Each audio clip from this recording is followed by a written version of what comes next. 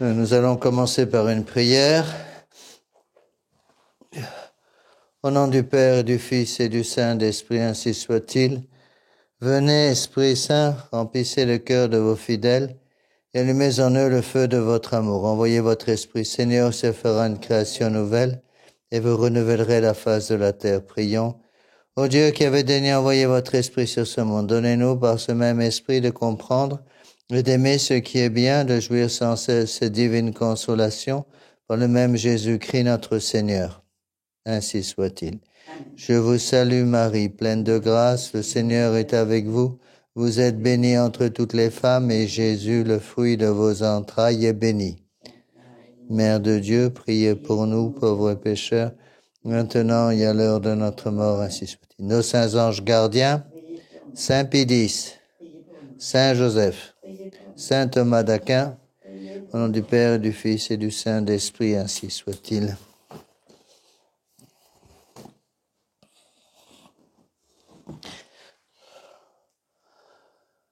Eh bien, chers frères, mes bien chers amis, avant que de commencer ce cours, je voudrais préciser que je vais faire un petit changement, c'est-à-dire que je vais assurer un cours par semaine, quelles que soient mes occupations, même si une semaine, exceptionnellement, je peux pas être là pour un cours du mercredi, je l'enregistrerai à l'avance pour que vous puissiez avoir un cours en vidéo et en audio toutes les semaines, chaque semaine sur le site. Donc l'ancien site qui était qui fonctionnait pas très bien, qui était très lent, va être fermé. Et maintenant, vous pouvez tout avoir sur le nouveau site dame-marie.net. Donc, qui fonctionne très bien, qui est beaucoup plus facile à utiliser, beaucoup plus rapide. Il n'y a pas de temps d'attente pour télécharger les vidéos et les audios. Donc, à partir d'aujourd'hui, vous aurez un cours tous les mercredis. Si je le mets à l'avance, je l'indiquerai pour la date du mercredi où je ne suis pas là. Aussi, petite note pour ceux qui ne savent pas, donc j'ai publié sur le site le calendrier des retraites 2023. Donc, il y a 6 retraites depuis le mois d'avril jusqu'au mois d'octobre. Donc, pensez à vous inscrire sans attendre trop longtemps parce que je ne peux prendre que 6 personnes par retraite et j'ai déjà une dizaine de personnes qui sont inscrites. Alors, je continue donc ce cours sur les actes du magistère. Nous sommes toujours dans l'introduction. Vous allez me dire que je passe trop de temps dans l'introduction, mais je pense qu'il est nécessaire de bien avoir ces éléments en main pour pouvoir comprendre l'esprit de l'Église. Le but de ce cours, c'est de nous aider à penser tel que l'Église catholique a toujours pensé. L'Église, n'oubliez pas, l'Église est universelle, c'est-à-dire bonne pour tous les temps, toutes les époques, tous les lieux, tous les pays. Donc, il y a pas besoin d'adapter l'Église à l'homme, mais l'homme doit s'adapter à l'enseignement de l'Église catholique. Donc, il faut apprendre à penser comme l'Église a toujours pensé et donc mettre sa petite volonté personnelle, ses petites idées personnelles dans la poche et que le mouchoir par-dessus. C'est pour ça que c'est un peu compliqué. Il faut avoir de l'humilité. Quand on étudie les grandes encycliques pontificales, la première vertu dont on a besoin, c'est la vertu d'humilité. Et la vertu d'humilité va ouvrir la porte à la vertu de foi qui va travailler par l'intermédiaire de la grâce du bon Dieu sur notre intelligence pour que nous puissions accepter l'enseignement catholique. Donc actuellement, je prépare toujours un peu les esprits à étudier la grande encyclique du pape Pie IX, Quanta Cura, suivi du Syllabus de 1864. Mais si je fais lire, je vous l'ai déjà expliqué, mais j'insiste là-dessus, si je vous fais lire directement l'encyclique de Pie IX, Quanta Cura, et encore plus les 80 propositions condamnées par le texte du Syllabus de 1864, qui est une conclusion en quelque sorte de l'encyclique Quanta Cura, la plupart de nos fidèles comprendront pas le texte, ou même seront peut-être choqués par le texte. Donc il faut mettre dans l'état d'esprit pour comprendre. Alors, je voudrais commencer ce cours par une petite note que j'ai trouvée sur les textes de Monseigneur Lefebvre. Donc, Monseigneur Lefebvre nous avait expliqué tous ces textes longuement au séminaire, soit directement, soit indirectement. Je vous l'ai déjà dit, il nous avait donné pendant 2 années le cours lui-même. Heureusement, j'étais déjà prête à l'époque. Et donc, j'ai eu le cours après par bande médiatique. Et ce cours a été réuni dans un livre qui qui s'appelle C'est moi l'accusé qui devrait vous juger, que je vous conseille beaucoup, qui explique justement l'enseignement des grands textes pontificaux de la fin du 19e, du début du 20e siècle. Avant qu'il nous donne le cours, c'était d'autres prêtres qui nous donnaient ce même cours au séminaire. Je vous lis une introduction que Monseigneur Lefebvre avait écrite, qui est, à mon avis, très intéressante. Voilà ce qu'il nous dit. Pourquoi ce cours consacré au magistère de l'Église, et spécialement au magistère des souverains pontifes au cours des 3 derniers siècles? Tout simplement parce que tous les papes qui se sont succédés durant ces 3 siècles, jusqu'au pape Pie XII inclusivement, n'ont cessé de proclamer la vérité et de condamner... Ah, zut. Excusez-moi, j'ai oublié de brancher l'enregistrement. Ici. Donc, je reprends ce cours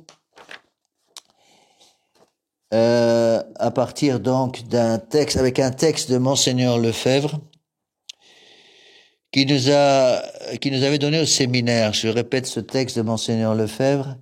Pourquoi ce cours consacré au magistère de l'Église et spécialement au magistère des souverains pontifes au cours des 3 derniers siècles? Parce que tous les papes qui se sont succédés durant ces 3 siècles, jusqu'au pape Pie XII inclusivement, n'ont cessé de proclamer la vérité et de condamner les erreurs modernes qui empoisonnent les âmes et les sociétés. Voici les paroles du pape Pie IX au début de son encyclique Quanta Cura, encyclique du syllabus, catalogue des erreurs modernes que nous étudierons à fond après. Les erreurs modernes empoisonnent, dit le pape Pie IX, les erreurs modernes empoisonnent tellement l'atmosphère que nous respirons que les meilleurs fidèles empoisonnent tellement l'atmosphère que nous respirons, que les meilleurs fidèles de l'Église sont contaminés. Les habitudes du laïcisme de la société, d'indifférentisme religieux, de libéralisme dans tous les domaines sont telles que nous avons de la peine à accueillir la vérité dans son intégrité, vérité qui nous vient de la saine philosophie et de la foi catholique. La voix des papes vient donc très opportunément, dit Monseigneur Lefebvre, nous rappeler les principes qui doivent diriger notre vie et notre activité en vue d'acquérir la vie éternelle. Et cette même voix dénonce avec une grande perspicacité les obstacles dressés sur notre chemin par l'ennemi et les ennemis de notre Seigneur Jésus-Christ et de son règne. Donc, comme les ennemis sont toujours les mêmes, eh bien, les erreurs sont toujours les mêmes elles-mêmes. Le but de ces cours n'est pas donc tant de faire une étude logique des erreurs, mais plutôt de parcourir les encycliques elles-mêmes, surtout celles par lesquelles les papes ont voulu faire une étude approfondie des vérités contredites par ces erreurs ou une analyse détaillée de ces erreurs. On ne peut qu'admirer le zèle et la foi de ces gardiens vigilants au dépôt de la foi, et on est d'autant plus stupéfait de constater que ce combat incessant a été soudainement abandonné pour pactiser avec tous les fauteurs de ces erreurs et leurs héritiers par un faux écuménisme qui est une trahison de la vérité. Voilà ce que nous disait Monseigneur Lefebvre. Mais ce texte n'a pas pris une ride, mes bien chers frères. Donc c'est ça qu'il faut absolument bien comprendre. Toutes ces, ces bêtises ahurissantes que nous entendons maintenant de plus en plus dans le monde moderne, surtout par souvent des prêtres qui ont perdu la foi, enfin des évêques qui ont perdu la foi et même plus haut à Rome, eh bien tous ces textes, toutes ces erreurs ont déjà été condamnées, et pas qu'une seule fois, mais de multiples fois, par le magistère infaillible de l'Église.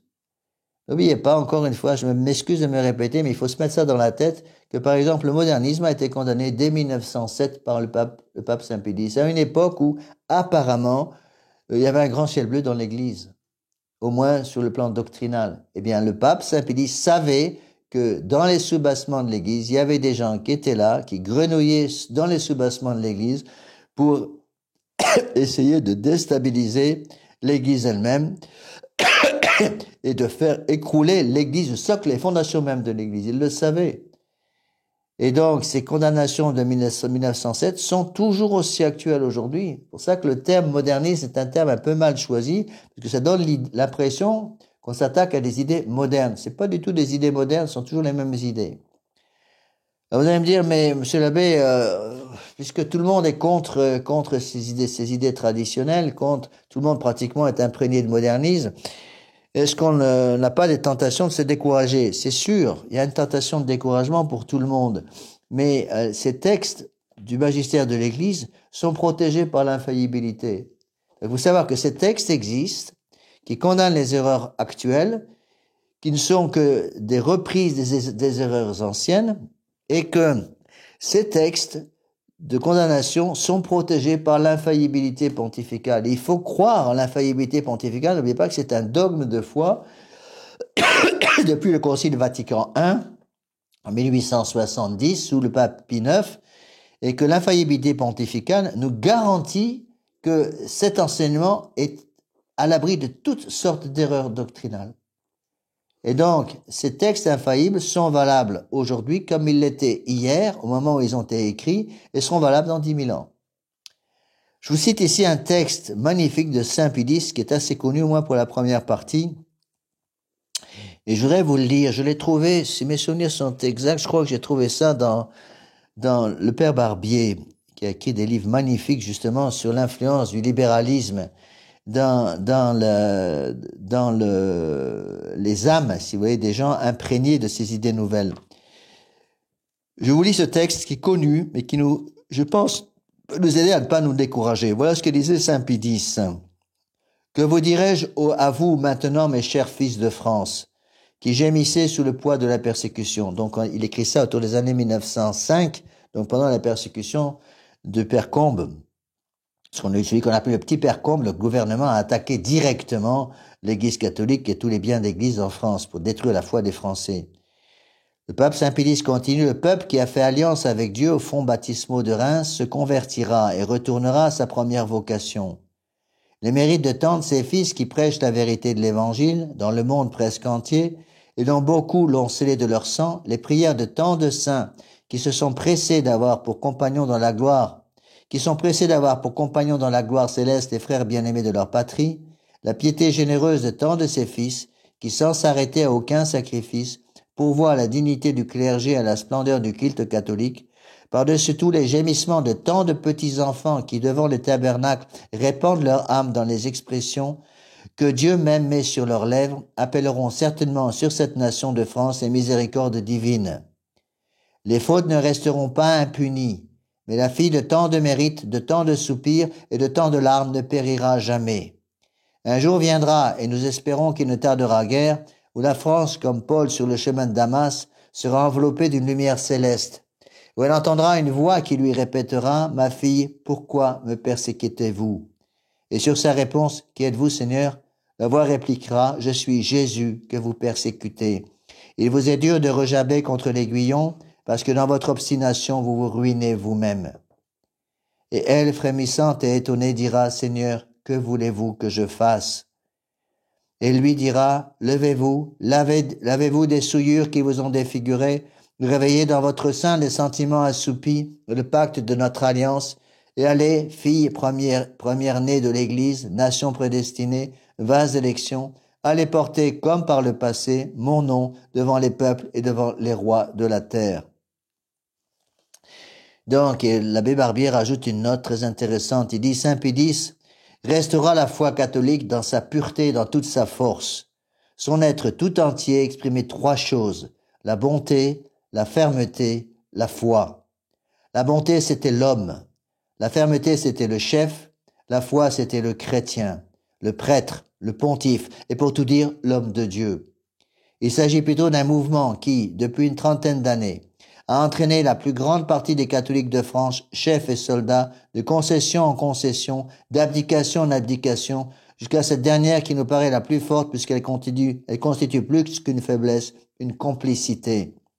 Les catholiques ont oublié que, s'ils doivent être conciliants à l'égard des personnes, ils doivent être fermes sur les principes, et que s'ils peuvent faire des concessions sur des questions contingentes de la vie politique, économique et sociale, ils n'ont pas le droit d'en faire sur les questions essentielles et nécessaires de la vie religieuse. Donc, on peut faire des concessions sur des choses parfois pratico-pratiques, mais jamais sur la foi, parce que la foi est divine.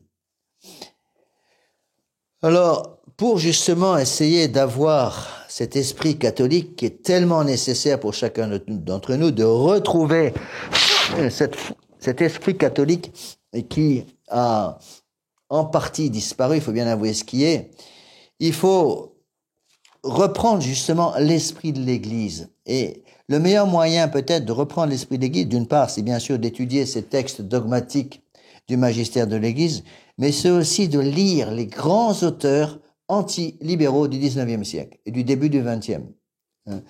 À savoir des gens comme Monseigneur Join, Monseigneur de Lassus, Monseigneur de Ségur, Monseigneur Gaume, l'abbé Barbier, Louis Veuillot, Don Guéranger, l'abbé Charles Maignan, l'abbé Roussel, l'abbé Roule.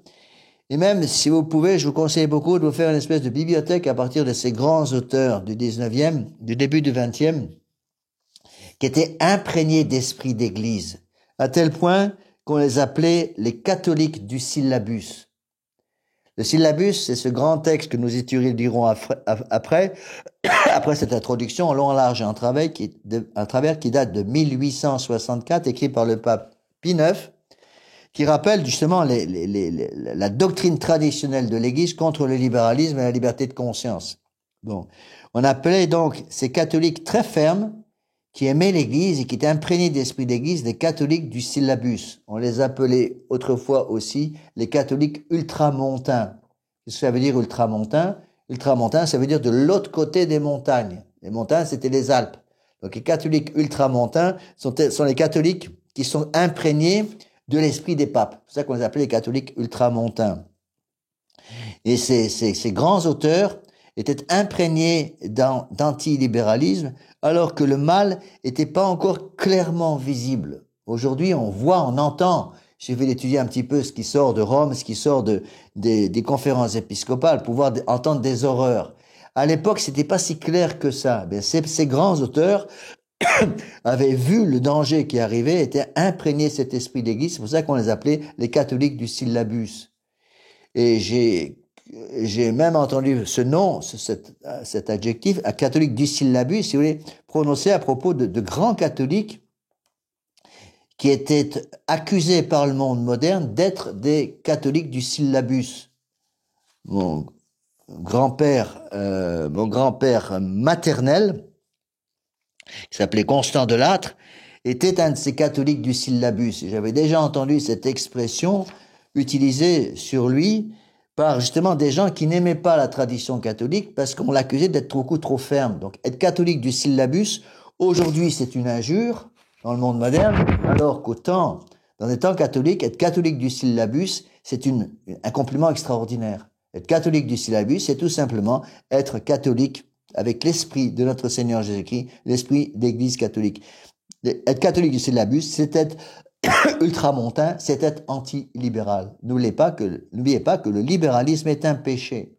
C'est le plus grave de tous les péchés parce que c'est le péché par lequel je donne les mêmes droits aux vrais et aux faux. C'est le péché de Pilate qui dit aux Juifs, lequel des deux voulez-vous que je vous délivre? Notre Seigneur Jésus-Christ, qui est innocent, ou Barabbas, qui est coupable.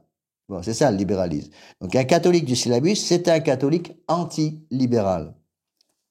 Donc je vous conseille beaucoup d'essayer de trouver sur papier ou en PDF, un peu comme vous voulez, mais il vaut mieux avoir quand même ces livres sur papier aussi, de trouver ces grands livres de Monseigneur de Lassus, encore une fois, Monseigneur Join, Monseigneur Ségur, Monseigneur Gaume, l'abbé Barbier, l'abbé Louis Veuillot, Don Guéranger, l'abbé Maignan, l'abbé Roussel, l'abbé Roule, etc. On trouve encore difficilement, mais on trouve encore ces livres. Entre autres, vous pouvez les télécharger sur le site, sur certains sites contre-révolutionnaires, et essayer de les avoir. Et même, je vous conseille beaucoup ont été réédités, entre autres, par les éditions Saint-Rémy, et je vous conseille d'essayer d'avoir ces livres et de les étudier. Parce que ça va vous aider à ne pas vous décourager, parce que souvent on nous dit, mais on est complètement isolé, on est complètement seul, et tout le monde est contre nous. Bon. On n'est pas seul du tout. C'est ça qu'il faut arriver à comprendre. Lorsque les gens me disent, et j'ai entendu ça très souvent, Monsieur l'abbé, on est très isolé, extrêmement seul. Je réponds, non, nous ne sommes pas seuls, nous avons 260 papes avec nous. Ah, mais on est très isolé par rapport à Vatican II. Je réponds toujours de la même façon. Avant Vatican II, il y a eu 20 conciles écuméniques. On est avec 20 conciles écuméniques et 260 papes. Donc on n'est pas seul. Alors, je voudrais, pour achever cette introduction, pour nous aider encore une fois à comprendre les textes des grands textes doctrinaux de ces grands papes de la fin du 19e, du début du 20e, je voudrais utiliser des notes de lecture que j'ai faites il y a très longtemps, il y a peut-être entre 10, 20 ou 30 ans même, pour certaines d'entre elles, mais qui n'ont pas pris une ride parce que ces notes viennent d'excellents livres. Je voudrais commencer avec des notes de lecture, justement, parce que ces notes de lecture résument en quelque sorte les explications données par ces grands antilibéraux. Et je vais commencer par l'abbé Barbier. L'abbé Barbier n'était pas un évêque, c'était un simple prêtre, et il a écrit sous Saint-Pie X. Donc il était surveillant dans une école catholique, si mes souvenirs sont exacts, je crois que c'était un jésuite. Il était surveillant dans une école, donc il avait du temps. Il a utilisé ce temps pour écrire. C'est lui, entre autres, qui a écrit un livre extraordinaire, c'est-à-dire à savoir l'histoire du libéralisme catholique depuis Pie IX jusqu'à Saint-Pie X. Et j'utiliserai ces notes de lecture pour résumer en quelque sorte l'œuvre de l'abbé Barbier et nous mettre dans les meilleures dispositions pour comprendre après les textes que nous allons étudier ensemble. Ici, je vais utiliser d'autres textes de l'abbé Barbier qui cite abondamment le pape Léon XIII, même si un de ses livres a été mis à l'index en 1908. C'est son livre Le progrès du libéralisme sous le pontificat de Léon XIII. Bon, évidemment, il a été mis à l'index à cause du titre. Cependant, l'abbé Barbier, il faut bien avouer ce qu'il y avait parfaitement raison et vu parfaitement juste avec l'énorme erreur politique du pape Léon XIII avec le ralliement de 1892 qui a, il faut bien avouer ce qui est, tué la France catholique. Donc je vais étudier entre autres tous ces textes de l'abbé Barbier sur différents livres et essayer de vous les résumer ici par ces notes de lecture. Alors attention, même si l'abbé Barbier critique beaucoup le pape Léon XIII, il a en même temps cet extraordinaire respect pour le pape Léon XIII parce qu'il montre très bien que le pape Léon XIII a gravement erré en matière politique, mais pas en matière doctrinale. C'est-à-dire que les textes doctrinaux, dogmatiques de Léon XIII sont absolument sans aucune erreur. Donc on peut vraiment s'appuyer sur Léon XIII sur les textes dogmatiques. Malheureusement, le pape Léon XIII, comme le pape Pie XI, avait une grande faiblesse, il était démocrate. Et ça lui a coûté très très cher. C'est pour ça qu'il a fait confiance au gouvernement français en 1892 avec l'encyclique Au milieu des sollicitudes. Il a demandé aux catholiques français de faire confiance au gouvernement français et ça a coûté, on peut dire là, ça a détruit complètement le peu de foi catholique qui restait encore en France. Je vous donne les deux thèses de l'abbé Barbier qui sont à mon avis extrêmement intéressantes. Et après je vais les expliquer et vous verrez que ceci va vous aider à comprendre après les textes de Pie IX. Voilà ce que dit l'abbé Barbier. Donc on est en 1908 ou 1907. Quoique le souverain pontife Léon XIII ait enseigné aussi fortement qu'aucun de ses prédécesseurs les droits de Dieu et de l'Église dans la société civile et le devoir pour les chrétiens d'y soutenir ces droits, sa politique libérale a directement et très efficacement contribué à affaiblir en France et à faire tomber en désuétude l'énergique défense de cette cause sacrée qui avait illustré précédemment les évêques et les catholiques de ce pays et maintenait la foi vivace. Quoique, écoutez bien cette thèse qui est très importante, quoique le souverain pontife Léon XIII ait condamné plus d'une fois le libéralisme comme ses prédécesseurs et l'ait réfuté avec une grande force dans ses encycliques, sa politique a considérablement favorisé la diffusion de toutes les erreurs sociales et religieuses qui sont à notre époque autant de formes du libéralisme. Donc, en matière de doctrine, il est parfait. Il y a un problème au niveau politique. Je vous rappelle que l'infaillibilité pontificale ne couvre pas les déclarations politiques d'un pape, puisqu'un pape ne peut être infaillible que lorsqu'il parle comme pape sur la foi et les mœurs exclusivement et avec intention d'obliger toute l'Église. Donc s'il parle, il fait un discours en politique générale, un discours sur l'économie générale, il n'est pas infaillible, puisqu'il ne parle pas sur la foi et les mœurs. Alors, je vous donne certains passages de l'abbé Barbier. Bon, encore une fois, même si certains de ces passages viennent, pas tous, certains viennent d'un livre condamné par l'index, je pense qu'il est quand même important d'étudier ces choses-là, parce qu'aujourd'hui, avec un peu de recul, on se rend compte que ce que l'abbé Barbier a parfaitement raison. Bon, il a été condamné et mis à l'index à cause surtout de son titre. Il aurait mis comme titre les progrès du libéralisme à la fin du 19e siècle et ça serait passé comme une lettre à la poste. Bon, il y a eu beaucoup d'opposition et cette mise à l'index était d'ailleurs très controversée. Je vous lis des passages importants. Malgré les tendances libérales existant déjà dans une partie du clergé, malgré les divisions des partis politiques, malgré les efforts du gouvernement républicain de l'époque pour mettre à la tête des diocèses des prélats peu enclins à entrer en lutte avec lui, il se trouvait encore assez d'énergie chez les évêques, assez de foi chez les catholiques pour tenir tête à l'oppression du pouvoir civil à chaque phase décisive de ces empiètements. À l'époque, nous avions un gouvernement en France, donc à la fin du 19e siècle, fin c'est ça, 19e siècle, début du 20e siècle, un gouvernement entièrement maçonnique, très anticatholique, avec le ministère Combes, et qui préparait la loi de séparation entre l'Église et l'État. Eh bien, à ce moment-là, déjà, si vous voulez, beaucoup d'évêques, malheureusement, étaient enclins à trouver une espèce d'arrangement avec le gouvernement pour ne pas tout perdre sur le plan matériel. Et c'est le pape Saint Pie X qui va sauver la situation avec une phrase très connue. Il va dire, je préfère que mes évêques et que l'Église catholique en France perdent tous les biens matériels. Il y a toutes les hôpitaux, tous les hôtels-dieux, toutes les églises, même tous les monastères, mais qu'on garde la foi. Il avait compris que la foi était ce qui avait de plus important. Donc, qu'est-ce que dit l'abbé Barbier? L'effet inévitable de l'action de l'acte du ralliement du pape Léon XIII au milieu des sollicitudes, 1892, cet effet inévitable devait être la division donc chez les catholiques entre les ardents et les tièdes, avec l'avantage pour ceux-ci, les tièdes, de pouvoir se réclamer du pape. Donc, cela entraînait un grand affaiblissement de leurs convictions religieuses convictions religieuses des fidèles, en voyant leurs pasteurs se résigner à tant de sacrifices qu'on aurait cru inacceptables. Et la disposition croissante à fermer les yeux sur la violation des lois les plus sacrées de l'Église, comme si par exemple il pouvait y avoir des accommodements pour le divorce. Donc c'est très intéressant d'étudier, pour comprendre les textes après de Pie IX, d'étudier ce qui s'est passé à la fin du 19e, au début du 20e siècle, c'est-à-dire la séparation de l'Église et l'État sous l'influence d'Aristide Briand, avec le gouvernement très anticatholique de l'époque, qui nous permet de comprendre où on est arrivé aujourd'hui.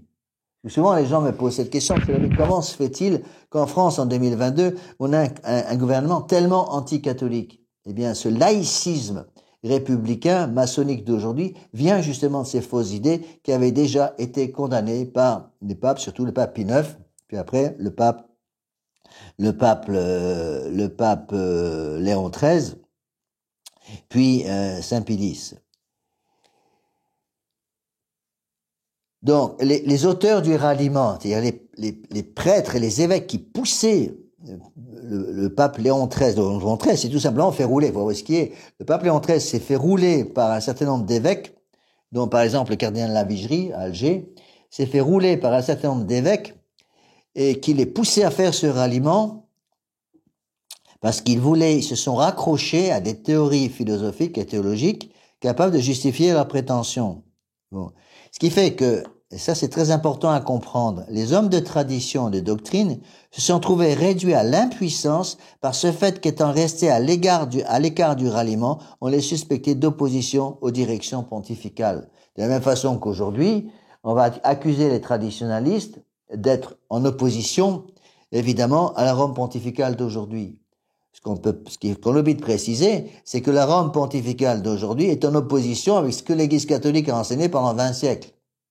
N'oubliez pas que, avant Vatican II, il y a eu 260 papes qui pendant 2000 ans ont enseigné la même chose. Donc les organes du ralliement se sont portés donc vers les nouveautés religieuses par ce motif que les réfractaires les combattaient. C'est aussi de peur de paraître réfractaires à l'esprit de ces directions que beaucoup ont ménagé les novateurs, les ont excusés et protégés. Pour sauver le ralliement, Donc, ceux-ci n'ont échappé à des condamnations plus nombreuses et plus sévères que grâce aux ralliements. Pour sauver les ralliements, qui sans eux ne seraient plus rien, on les a épargnés bien plus. On les a souvent honorés. Donc on a commencé en roulant dans la farine le pape Léon XIII en matière politique. On a commencé à mettre sur le devant de la scène les idées nouvelles. Donc l'abbé Barbier résume sous une phrase: tous les novateurs sont du côté du ralliement, tous les défenseurs de la doctrine du côté des prétendus réfractaires. C'est exactement vrai, c'est toujours vrai aujourd'hui. Donc, si vous voulez, les catholiques de tradition sont aux réfractaires au temps du ralliement de 1892, ce que sont les modernistes ce que sont les modernistes aujourd'hui par rapport aux libéraux de l'époque. Le libéralisme est toujours là et c'est toujours les mêmes idées qui cherchent à passer. C'est pour ça qu'il faut se protéger. Et en étudiant l'histoire, on se protège beaucoup parce qu'on comprend à ce moment davantage les erreurs qui ont pu être commises. Même, il faut avouer, par certains papes au niveau politique. Bon, par exemple, il y a d'autres erreurs.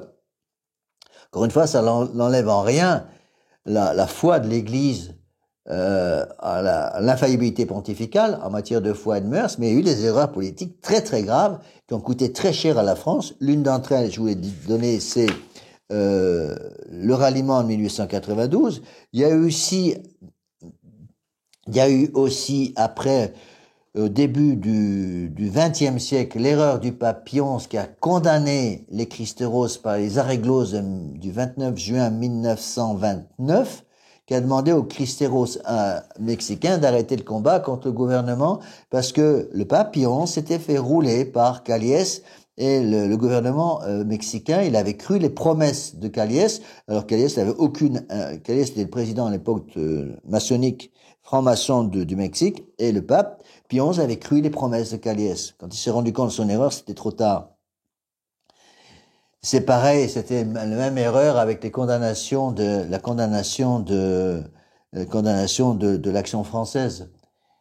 Même si tout n'est pas parfait dans Charles Maurras, Saint-Pédis avait compris que Charles Maurras était condamnable, il n'avait surtout pas à être condamné parce que tous les catholiques étaient derrière lui. Oui, donc c'est là où la vertu de prudence intervient.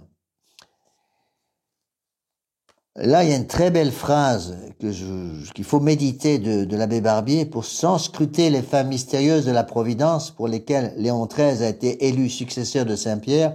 On peut croire que Dieu a voulu donner au monde une preuve de l'infaillibilité du pape et en même temps marquer les limites et le caractère de cette infaillibilité. Je vous donne tous ces exemples historiques pour bien vous faire comprendre que je vous demande pas, je dirais, de canoniser les papes à un tel degré qu'on considère que le pape est infaillible à chaque fois qu'il ouvre la bouche. L'Église n'a jamais enseigné cela. J'ai déjà donné cette distinction qui est très importante. Le pape est infaillible uniquement quand il parle sur la foi et les mœurs, pas dans les autres domaines. Et le pape n'est pas impeccable. C'est-à-dire un pape, même un saint pape, avait besoin de se confesser. Le pape Saint-Pédis, qui est canonisé par l'Église, se confessait régulièrement.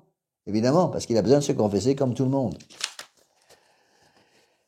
Donc, ceci doit nous aider à comprendre comment le bon Dieu travaille, même avec la faiblesse des hommes. Les hommes peuvent être faibles et le bon Dieu travaille avec eux. Voilà ce que dit l'abbé Barbier. Comme personne privée et comme homme politique, le souverain pontife Léon XIII s'est trompé dans des questions de la plus haute importance. Et ses erreurs ont eu des conséquences désastreuses. Il a servi inconsciemment, mais très efficacement et constamment d'appui aux ennemis de l'Église. Et son gouvernement, tant exalté par les libéraux, a singulièrement favorisé leur progrès. Bon, un autre exemple que je peux vous donner, prenez un très grand roi, comme par exemple Louis XIV. Prenez un autre grand roi comme Louis XVI. Ce sont des rois qui ont fait en même temps qui ont peut-être une très grande puissance, notamment Louis XIV sur le plan politique, mais qui ont fait des catastrophes, entre autres pour Louis XIV, par son immoralité, et qui a ouvert la porte à beaucoup d'apostasie en France. De même, Louis XVI n'a pas écouté les conseils qui lui avaient été donnés, qu'il informait des progrès de la franc-maçonnerie. N'oubliez pas que la franc-maçonnerie avait été fondée en 1717 et que Louis XVI savait déjà, on l'avait prévenu, qu'il y avait des groupes de francs-maçons qui commençaient à miner les fondements même de tout le gouvernement royal français. Malheureusement, le pape Léon XIII, le souverain, le roi de France, Louis XVI, n'a pas écouté, ça lui a coûté sa tête. Bon, certes, il a offert sa vie en réparation, il est mort martyr, mais ça n'empêche pas qu'il a commis des erreurs politiques énormes, en laissant justement Voltaire, entre autres. Et les livres de Voltaire se diffusaient partout à cause de la faiblesse des ministres qu'il avait lui-même choisis. Alors, voilà ce que dit, reprenons le texte du pape, de l'abbé Barbier, pardon. Donc, Léon XIII a rempli sa fonction de docteur universel avec l'assistance visible du Saint-Esprit quand il enseigne les membres de l'Église et les peuples chrétiens. La pureté, l'ampleur, la majesté de sa doctrine rayonnent sur le monde. Lorsque Léon XIII a commenté admirablement et confirmé en toutes circonstances les sentences portées par ses prédécesseurs Grégoire XVI et Pie IX contre le libéralisme. Donc, ces encycliques contiennent la réfutation et la condamnation de toutes les erreurs qu'on a propagées dans son règne en la faveur de sa politique. Oui. Donc faut distinguer les choses. Nous sommes des pauvres pécheurs. Et les papes aussi peuvent être en matière privée de pauvres pécheurs. Mais en matière doctrinale, quand ils parlent sur la foi et les mœurs, ils sont préservés par l'infaillibilité pontificale quand ils enseignent avec intention d'obliger toute l'Église. Bon. Autre phrase de l'abbé Barbier qui aide à bien comprendre la situation. Voilà ce qu'il dit. Les encycliques du pape Léon XIII renferment la condamnation de sa propre politique, en sorte que l'on ne sait, pour employer cette formule archaïque, de quoi s'étonner davantage, ou qu'un politique si imbu de l'esprit libéral ait pu être un pape aussi ferme dans la doctrine, ou qu'un pape vengeant avec tant d'autorité les droits de Dieu et de l'Église ait pu se montrer un politique aussi enclin au libéralisme. Mais ce qu'il faut comprendre, c'est que malgré les faiblesses personnelles du pape Léon XIII, sa doctrine reste infaillible. Alors, qu'est-ce que pensaient les ennemis de l'Église? Ici, l'abbé Barbier cite Lamennais. Nous verrons après la grande encyclique du pape Grégoire XVI de condamnation de Lamennais. Lamennais, c'est le fondateur de ce qu'on appelait le libéralisme catholique. Lamennais disait, un prêtre apostat, « On tremble devant le catholicisme, catholicisez-le et la société renaîtra. » Le problème, c'est que quand vous catholicisez quelque chose qui est dangereux, le danger demeure. C'est pas quelques gouttes d'eau bénite qui vont enlever le danger. Le libéralisme qu'il s'agirait d'amener à l'esprit du catholicisme est donc cette doctrine qui, par contradiction avec le double principe d'autorité et de hiérarchie sociale, sur lequel l'État reposait antérieurement à la Révolution, se flatte de trouver dans les principes opposés de liberté et d'égalité la solution de tous les conflits. Ce qu'il faut comprendre, et ça on verra bien tout ça avec les textes du pape Pie IX, c'est que les mots liberté et égalité sont contradictoires. C'est toute une pièce de monnaie, c'est tous nos frontons de mairie, il y a les trois mots, liberté, égalité, fraternité. La plupart des Français sont incapables de comprendre qu'à partir du moment où on prêche la liberté totale pour les citoyens, immédiatement ça va provoquer des inégalités. Donc le mot liberté et le mot égalité sont contradictoires. Donc si vous voulez une égalité absolue entre tous les citoyens, il faut supprimer les individualités. Il faut supprimer les individualismes, les idées personnelles pour que tout le monde soit au même niveau. Eh bien, on le voit très bien. Ici, donc, si on prêche la liberté, on aura des inégalités entre les personnes. Si chacun est libre d'utiliser son intelligence, comme les intelligences sont différentes pour chaque personne, il y a des gens qui sont plus ou moins intelligents, eh bien les gens qui sont plus intelligents que d'autres auront plus de facilité, par exemple, dans leur activité professionnelle, dans leur activité familiale, que les gens qui sont moins intelligents. Donc si vous laissez les gens libres d'utiliser leur intelligence, ça va faire des inégalités. C'est du bon sens élémentaire. Oui, ceci montre le poison de ces formules toutes faites. Liberté, égalité, fraternité. On se rend même plus compte aujourd'hui, parce qu'on est tellement enivrés de ces idées modernes, on ne se rend même plus compte que ces idées sont contradictoires. Le principe fondamental donc du droit nouveau introduit par la Révolution est destiné à fonder un ordre social profondément différent de l'ancien et qui consiste dans une conception de la loi de la société permettant de se passer de Dieu. Donc le but de la Révolution 1789, c'est de mettre le bon Dieu dehors. Ce qu'il faut comprendre, et je vous l'ai déjà expliqué, c'est que cette idée de mettre le bon Dieu dehors, ça vient pas de la Révolution. Ça date déjà de la Renaissance, 14e siècle. Ensuite, le protestantisme. Le protestantisme, c'est 1517. Puis, la franc-maçonnerie, 1717. La franc-maçonnerie a miné le terrain, si vous voulez. La franc-maçonnerie, c'est quoi? La franc-maçonnerie, c'est liberté, égalité, fraternité. D'où vient cette trilogie? Liberté, égalité, fraternité. Beaucoup de gens me disent, cette trilogie vient de la Révolution de 1789. C'est faux. La trilogie vient de la franc-maçonnerie. La franc-maçonnerie, c'est 1717, des Aguilé, Anderson. Et donc, cette trilogie révolutionnaire de liberté, d'égalité et fraternité va préparer le terrain, d'abord en Angleterre, puis ensuite en France, avec surtout ce qu'on appelle les philosophes des Lumières, autour de Voltaire, préparer, miner le terrain en France, ce qui fait qu'au moment où les idées révolutionnaires vont exploser en 1789, le terrain ayant déjà été miné auparavant, tout va s'écrouler. Eh bien, ce qui s'est passé à la Révolution de 1789 en matière politique, s'est passé dans l'Église en matière spirituelle avec le Concile. C'est le cardinal Suinens lui-même, une des grandes chevrilles ouvrières du Concile Vatican II, qui disait Vatican II, c'est le Concile 1789 dans l'Église. Il avait raison. L'esprit 1789 dans l'Église a miné l'Église comme les idées de 1789 de liberté, d'égalité et de fraternité ont miné la politique, le régime politique à la Révolution de 1789. C'est toujours les mêmes mots qu'on retrouve. Derrière la Révolution, qu'est-ce que vous avez? Liberté, égalité, fraternité. Et derrière la Vatican II, vous avez les mêmes idées de liberté, égalité, fraternité. Ça peut même changer les mots. La liberté, c'est liberté religieuse, liberté de conscience, pareil, on verra ça plus tard. Derrière l'égalité, c'est la collégialité, et il y a l'écuménisme derrière la fraternité. Mais ce sont les mêmes idées. D'accord? Alors, c'est ça qu'il faut comprendre. Cette société, cette idée que la société politique doit se passer de Dieu, c'est ce qui va donner le laïcisme. Donc, la conséquence directe des idées de 1789, c'est le laïcisme. Qu'est-ce que c'est qu'un régime laïque? C'est un régime dans lequel Dieu n'a plus rien à dire en matière politique. C'est ça le laïcisme. Donc, dans un régime laïque, c'est le cas de la France malheureusement aujourd'hui, dans un régime laïque, on tolère encore la foi catholique dans les familles, dans le secret des familles. Dans votre cœur, vous avez le droit d'être catholique. Mais on vous dit, dès que vous mettez le pied dehors, dans l'espace public, c'est fini, vous n'avez plus le droit de manifester vos idées.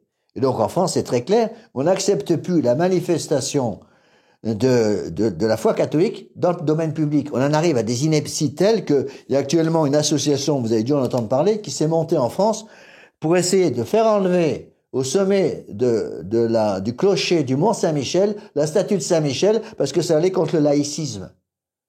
Alors que le Mont Saint-Michel est entièrement fondé sur l'apparition originelle de Saint-Michel Archange. Et donc, sous prétexte que il y a une statue de l'archange Saint-Michel au sommet de l'église, au sommet du mont Saint-Michel, on veut maintenant l'enlever. C'est pareil, vous avez des associations qui commencent à se monter partout en France pour exiger d'enlever tous les calvaires des campagnes françaises. Pourquoi? Parce qu'à chaque fois qu'on voit une croix, ça rappelle le bon Dieu. Évidemment, c'est vrai. Chaque fois qu'on voit une croix, ça rappelle le bon Dieu. Donc les laïcs, imprégnés d'esprit laïque, ne veulent plus du tout avoir quoi que ce soit qui vous rappelle l'existence de Dieu. C'est pour ça qu'ils veulent un laïcisme complet. Donc ce qu'il faut comprendre, c'est que l'esprit laïque actuel est incompatible avec la pratique de la foi catholique.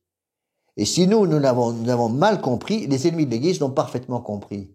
Et le laïcisme a été préparé par la Renaissance, 14e siècle, mais surtout par le Martin Luther. Le protestantisme, c'est l'introduction des laïcistes dans la politique, hein. Et Martin Luther va préparer les idées de la franc-maçonnerie de 1717 qui prépare le laïcisme de 1789. Et le laïcisme de 1789, une fois après avoir corrompu le politique en France, va rentrer dans les têtes déjà fissurées des hommes d'église de la moitié, si vous voulez, du milieu du XXe siècle, pour les amener à accepter ce laïcisme dans l'Église catholique, et ça va donner Vatican II. Donc Vatican II, c'est quoi? C'est tout simplement, Monseigneur Lefebvre a une autre expression que j'aimais bien, il nous disait, Vatican II, c'est la démocratisation de l'Église. Ça veut dire quoi? Ça veut dire que la vérité vient du nombre, elle vient plus d'en haut.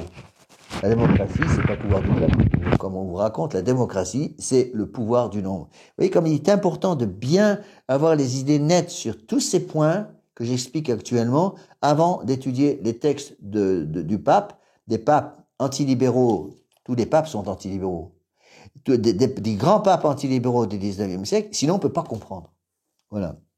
Alors, donc, le but de tous ces révolutionnaires, c'est pouvoir se passer de Dieu.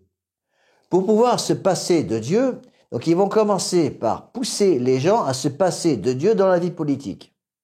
On le voit très bien en France. Ils vont tolérer l'existence de Dieu dans la vie privée. Mais la deuxième étape va arriver. La deuxième étape, c'est quoi? C'est la disparition de Dieu dans la vie privée aussi. Lorsque vous poussez les gens à penser, à agir comme des païens à longueur de journée, ils vont finir par penser comme des païens. Et on voit très bien actuellement en France, la quasi-disparition de la foi catholique en France. Pourquoi? Parce que le laïcisme a complètement détruit toutes les fondations catholiques du pays. Vous voyez? Et ceci nous ramène à la très grande fête de dimanche. Dimanche, c'est une des plus grandes fêtes de l'année liturgique. Dimanche prochain, c'est donc le dernier dimanche d'octobre.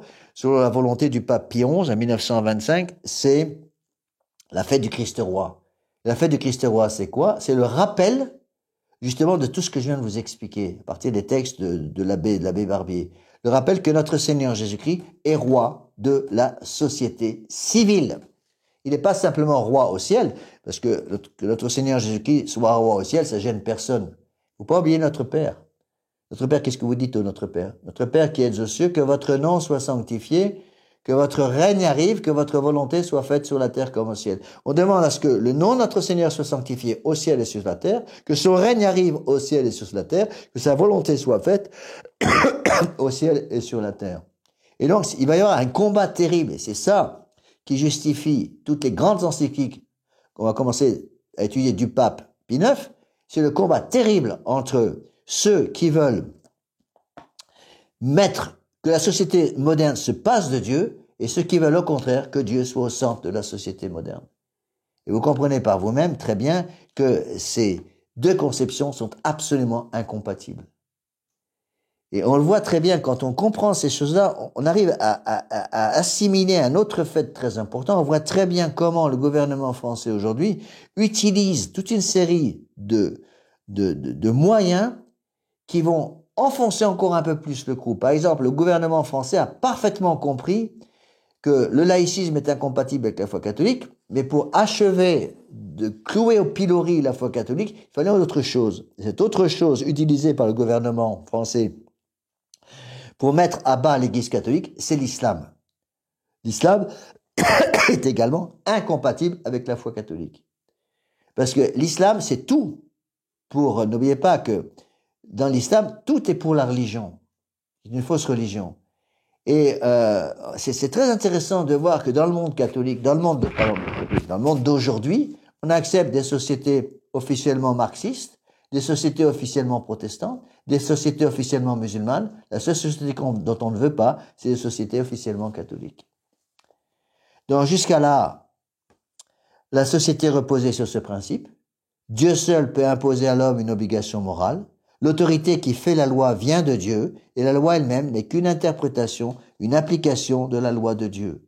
Dans une société fondée sur ces maximes, celui qui nie Dieu sape les fondements même de la loi naturelle, se met en révolte contre la société et se retranche en quelque sorte de son sein. Mais selon l'idée moderne, l'autorité, qui est à la société ce que l'âme est au corps, L'autorité émane du peuple, donc du nombre, ou plutôt elle réside essentiellement dans le peuple, en sorte que celui-ci ne peut pas l'aliéner. Il ne saurait donc y avoir d'autre puissance publique dans la société que celle qui vient du peuple, source unique et souveraine de la souveraineté. Il ne peut exister de pouvoir indépendant, souverain, ayant le droit de faire des lois, s'il n'a reçu la délégation du peuple.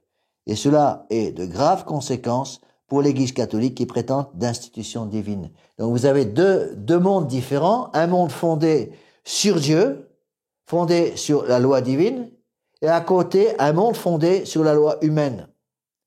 La démocratie, c'est quoi?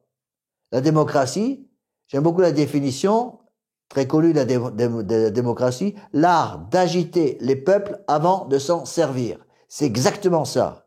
On agite les peuples, on provoque une espèce de tourbillon invraisemblable dans les intelligences pour que les gens soient plus capables de se défendre. C'est exactement ce qui se passe. Alors, l'abbé Barbier va analyser très soigneusement ces choses-là. N'oubliez pas qu'il a écrit ses notes, ses livres. Ça, c'est les parties qui viennent de son livre, de ses livres sur le libéralisme. Donc, il a écrit ses livres au début du XXe siècle, sous Saint-Pie X. Mais pas qu'à l'époque, les choses n'étaient pas aussi claires qu'aujourd'hui. On avait certes une persécution officielle de l'Église de France, contre l'Église de France, avec le ministère Combes, mais cette persécution, elle existe toujours aujourd'hui. Mais aujourd'hui, je dirais d'un certain côté, les choses sont plus claires parce qu'il y a un tel travail de sape que tout le monde peut voir ce travail de sape. Pas à l'époque. Alors voilà l'objection. La morale religieuse est la règle subjective, individuelle des actions de l'homme privé. L'État n'est ni déiste ni athée, il existe. Il agit dans une sphère distincte de la sphère d'action religieuse. La loi civile n'est ni hostile ni docile à la morale religieuse. La religion est une opinion privée, disent les modernes, respectable quand elle est sincère, inviolable s'il s'agit du fort intérieur de la conscience, mais dont les manifestations extérieures tombent forcément sous le coup de la loi, non pas comme acte de religion, mais comme acte public, car tout ce qui est extérieur et public relève de la société civile. Entre deux ordres si différents, il ne saurait y avoir de contact habituel. Si se produit accidentellement des heurts, c'est toujours l'autorité souveraine de la loi publique, de la loi politique, qui doit prévaloir sur les croyances personnelles des individus, disent les modernes. L'État n'a pas compétence pour juger si l'Église est d'institution divine, si les évêques sont ou non les successeurs des apôtres, c'est là une question théologique reléguée dans le sanctuaire de la conscience. Donc vous voyez, l'objection dit, l'Église et l'État doivent être séparés, parce que le domaine n'est pas le même. Bon, la réponse, elle est toute simple. Notre Seigneur Jésus-Christ est celui qui a créé la société. C'est notre Seigneur Jésus-Christ qui a créé la société. L'homme a été créé par Dieu pour louer, honorer, servir Dieu. Dieu a créé tous les hommes. Bon. Et donc, il est roi de tous les hommes au ciel et sur la terre, dit notre Père. Donc, notre Seigneur Jésus-Christ a une autorité en matière politique. Et quand les gens, j'explique ça aux gens, il y a des gens qui poussent des cris de putois, en disant, ah, vous savez, vous n'avez pas le droit de dire ça, comprenez, la politique et l'Église doivent être séparées complètement. Ils se rendent même plus compte de la bêtise de ce qu'ils disent. Parce qu'à ce moment-là, si je dis que l'Église et la politique doivent être séparées, ça veut dire que l'Église n'a plus son mot à dire, c'est toutes les inepties actuelles. Par exemple, de savoir si on accepte le divorce dans une société. Ça dépend de la politique ou non, ça? Ben oui, ce sont les politiciens qui vont décider à l'Assemblée nationale pour savoir si on accepte ou non le divorce dans le pays. Savoir si on accepte la pornographie ou les droits des obsédés sexuels partout dans les rues, pour voir si on accepte le changement de sexe pour des gamins de 10 ans sans l'accord de leurs parents, des inepties pareilles. C'est de la politique. Et donc, si je dis que l'Église et la politique doivent être séparées, ça veut dire que l'Église n'a plus rien à dire là-dessus. L'Église n'a plus rien à dire sur la pornographie, n'a plus rien à dire contre le divorce, n'a plus rien à dire contre les droits des obsédés sexuels, etc. Vous voyez? C'est extrêmement important d'avoir les idées claires là-dessus. On voit très bien comment le démon, donc, justement, a introduit un désordre terrible, justement, dans tous ces domaines, et les résultats sont là aujourd'hui. Alors, la réponse à l'objection, qui dit que l'Église et l'État doivent être séparés, elle est toute simple. Parmi tant de vérités oubliées ou méconnues de nos contemporains, il n'y en est aucune qui le soit davantage que celui-ci. L'État doit avoir une religion. Et là, l'abbé Barbier cite les papes, entre autres Léon XIII, justement Léon XIII. Voilà ce que dit Léon XIII. Nous verrons tous ces textes. Actuellement, je les utilise en quelque sorte pour vous appâter, pour vous faire comprendre l'importance de toutes ces choses-là. Voilà ce que dit le pape Léon XIII. L'abbé Barbier va beaucoup citer Léon XIII. Puisqu'il est donc, c'est l'encyclique Libertas, puisqu'il est donc nécessaire de professer une religion dans la société. Pourquoi? Parce que dans la société, il y a le bien et le mal. D'assassiner un enfant dans le sein de sa mère, c'est mal en public, c'est mal en privé. C'est une catastrophe pour une maman qui, dans le secret d'une alcôve, va assassiner son enfant, le couper en rondelles. Mais c'est aussi encore plus grave pour un politicien, un homme politique, de faire passer dans la politique d'un pays une loi qui autorise le massacre des enfants. Bon. Puisqu'il est donc nécessaire de professer une religion dans la société, dit le pape Léon XIII, il faut professer celle qui est la seule vraie, et que l'on reconnaît sans peine, au moins dans les pays catholiques, au signe de vérité dont elle porte en elle l'éclatant caractère. Quels sont ces signes? L'Église de Dieu est une, sainte, catholique, apostolique. On peut rajouter, elle est aussi persécutée. Cette religion, dit le pape Léon XIII, les chefs de l'État doivent donc la conserver et la protéger. S'ils veulent, comme ils en ont l'obligation, pourvoir prudemment et utilement aux intérêts de la communauté, car la puissance publique a été établie pour l'utilité de ceux qui sont gouvernés, et quoique qu'elle n'ait pour fin prochaine que de conduire les citoyens à la prospérité de cette vie terrestre, c'est pourtant un devoir pour elle de ne point diminuer, mais d'accroître au contraire pour l'homme la faculté d'atteindre à ce bien suprême et souverain dans lequel consiste l'éternelle félicité des hommes, ce qui devient impossible sans la religion. Donc le but, c'est de permettre à l'homme de se mouvoir dans le bien. Et donc un gouvernement qui tient la route, doit aider les habitants de ce pays à se mouvoir dans le bien. Comment voulez-vous, je donne un exemple tout simple, comment voulez-vous, dans un monde où la pornographie est sur tous nos murs, qu'un jeune de 18 ans qui vit dans une ville qui est infestée par la pornographie puisse rester en état de grâce plus de 5 minutes? C'est impossible.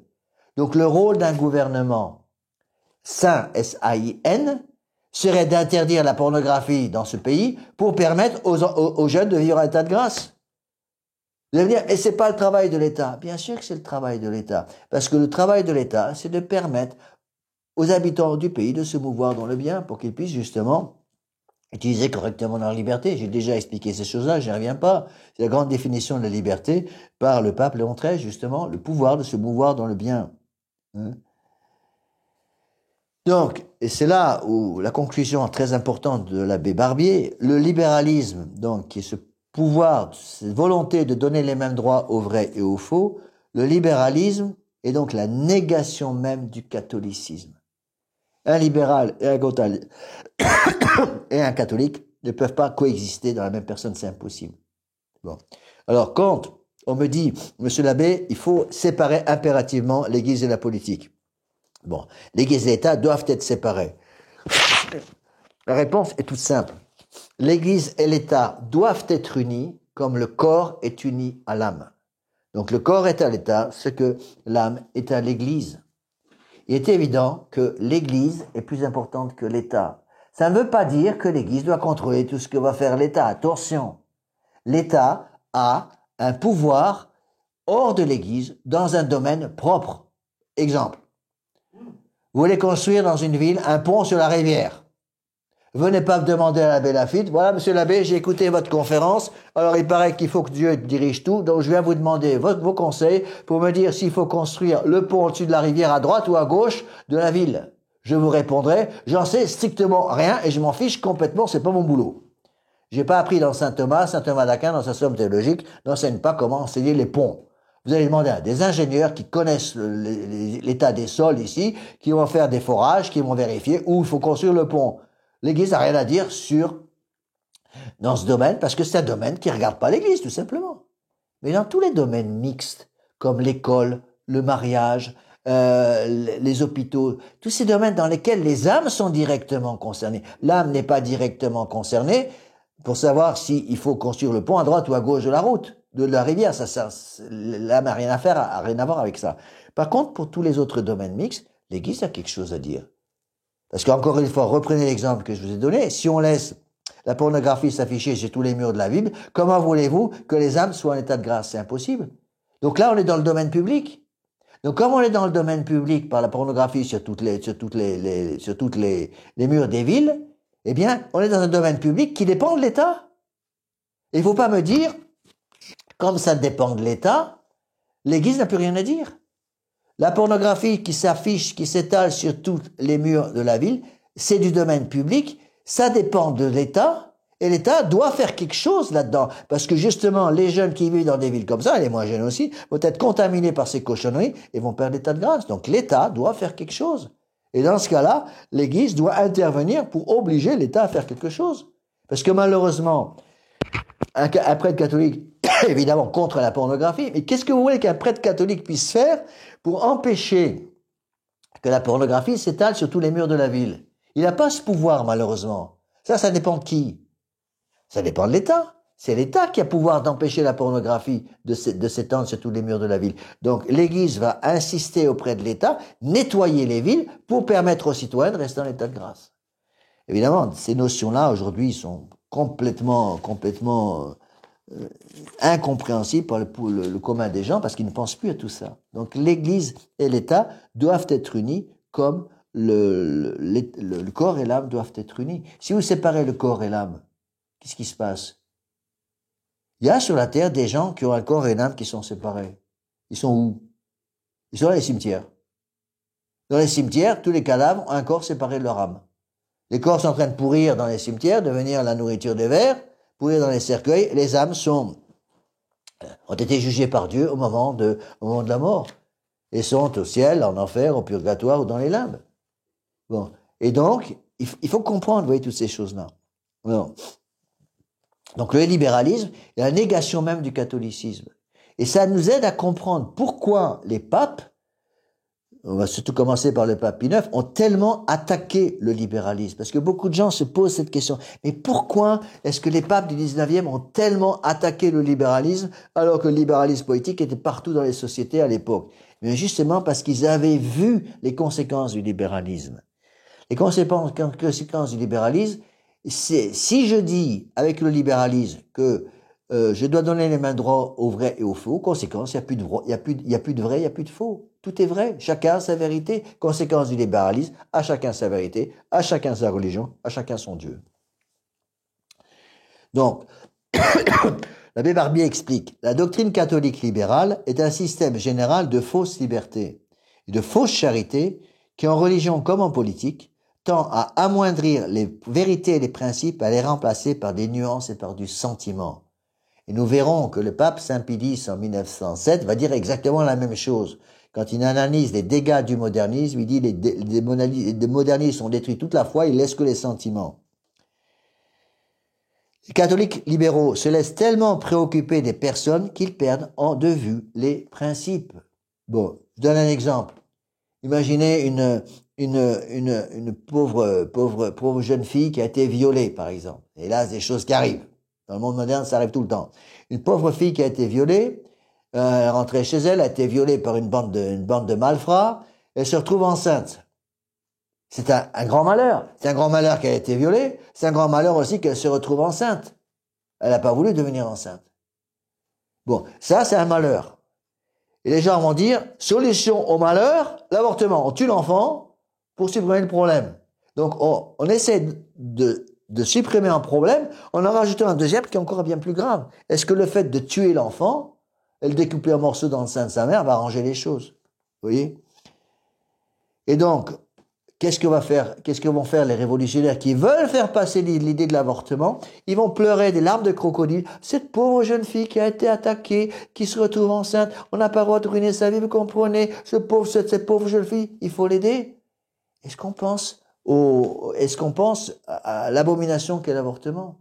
Et c'est comme ça pour tout systématiquement. Ils vont nous faire pleurer avec des larmes de crocodile sur certains faits en oubliant de replacer les faits dans le contexte. Bon, par exemple, regardez ce qui se passe actuellement en France avec des quartiers très nombreux, beaucoup de grandes villes qui sont devenus absolument infréquentables. Dans un tas de quartiers à Nantes, par exemple, j'étais à Nantes moi-même il y a une semaine. Nantes est devenue la ville la plus dangereuse de France. Maintenant, il y a des quartiers entiers dans lesquels une jeune fille ne peut pas se promener à partir de 18 heures. C'est impossible. Elle va se faire attaquer, elle va se faire violer. Bon. Mais pourquoi? D'où ça vient tout ça? Ben, ça vient du fait qu'on a laissé rentrer dans ces quartiers des dealers de drogue à longueur de journée qui sont en train de s'entretuer entre bandes rivales, etc. Et rien n'a été fait pour protéger la ville. Vous voyez? Donc, on a tendance à se dire, il faut, en tant que, avec la charité, il faut accepter toute la misère du pauvre monde. On voit même pas que, avec la misère du pauvre monde qu'on accepte dans le pays, on est en train de détruire complètement le pays dans lequel on vit. Vous voyez? Encore une fois, on remplace les vérités et les principes par des nuances et par des sentiments. Les catholiques libéraux se laissent tellement préoccuper des personnes qu'ils perdent de vue les principes, lesquels sont pourtant la base de tout. Écoutez bien ce que dit l'abbé Barbier. De là vient que tout en aimant sincèrement le bien, ils perdent pour ainsi dire l'horreur du mal, l'horreur de l'hérésie. Le signe du libéralisme, c'est la perte de la haine, du péché. À force de verser des larmes de crocodile sur les malheurs des gens, on finit par oublier la gravité du péché. Oui. Et c'était Ernest Hello qui avait dit, un grand pamphlétaire, je crois qu'il était anglais, qui disait, vous pourrez dire et faire croire que vous êtes de la vérité, mais à votre absence de haine de l'erreur, on verra que vous n'êtes pas du parti de la vérité. Je répète cette phrase essentielle. Les catholiques libéraux se laissent tellement préoccuper des personnes qu'ils perdent de vue les principes. Tout en aimant sincèrement le bien, ils perdent pour ainsi dire l'horreur du mal, l'horreur de l'hérésie. Pendant qu'ils se flattent d'attirer les méchants sur leur terrain, ils glissent eux-mêmes et tombent sur le terrain de l'ennemi. J'ai peut-être déjà donné comme exemple le pape Saint-Pédis qui avait demandé à un hérétique fameux, si mes souvenirs sont exacts, il s'appelait l'abbé Séméry, j'en suis plus sûr du nom, je crois que c'était lui. Et un hérétique fameux, un moderniste fameux, de venir le voir à Rome, parce que cet hérétique racontait bêtise sur bêtise, un prêtre. Il a été convoqué par Saint Pédis à Rome, qui lui reproche fermement ses erreurs doctrinales.